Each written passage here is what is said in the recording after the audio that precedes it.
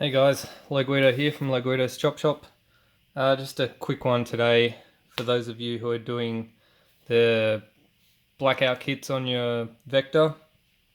A lot of people have been having trouble with the mag release spring, which is this little spring here. I'm just going to show you the easy way to do it. First thing you got to do is remove these two Phillips head screws from the release button.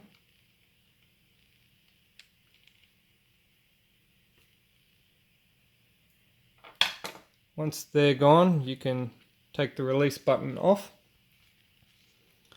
and then flip this over like this and hold your thumb down on the top of the release screw, the release spring right there.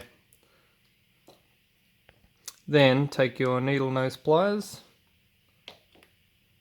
grab onto the end of it, push the spring to the left and up to release it, and then push where your button was, push that in, and that'll pop the release mechanism out. Then you take your new release mechanism, slide it back in the same manner, preferably not from behind a camera.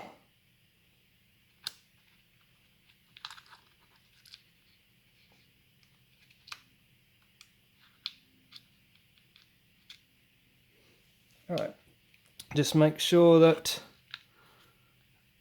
you slide it through and it pops into the spot on the other side there. Still got your thumb on that spring, push it back to the left again and back into that little slot.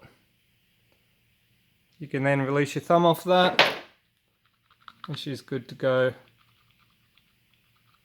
You just got to put your button, your new button, in place there and replace those two little Phillips head screws.